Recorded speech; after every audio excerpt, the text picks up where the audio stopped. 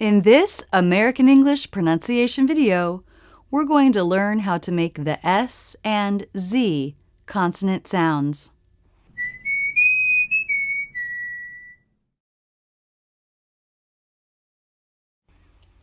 These two sounds are paired together because they take the same mouth position. S is unvoiced, meaning only air passes through the mouth. And Z is voiced, meaning you make a sound with the vocal cords. Z.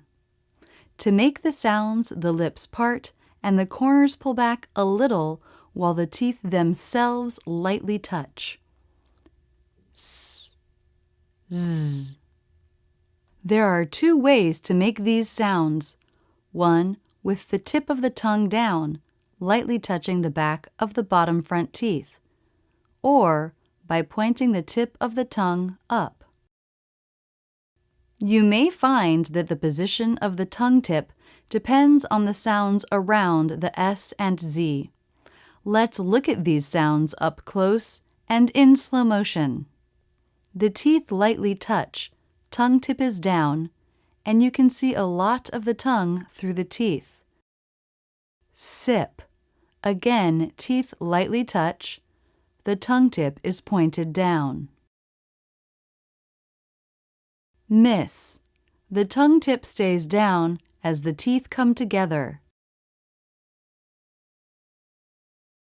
Fizz. This time you'll see the tongue tip point up before the teeth close. And up. The S and Z sounds. Sip, miss, fizz. Example words. Repeat with me. Note the letter S can make the Z sound. Some, s, some. Must, s, must.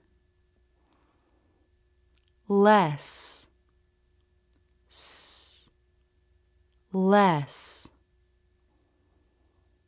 Zip, z, zip.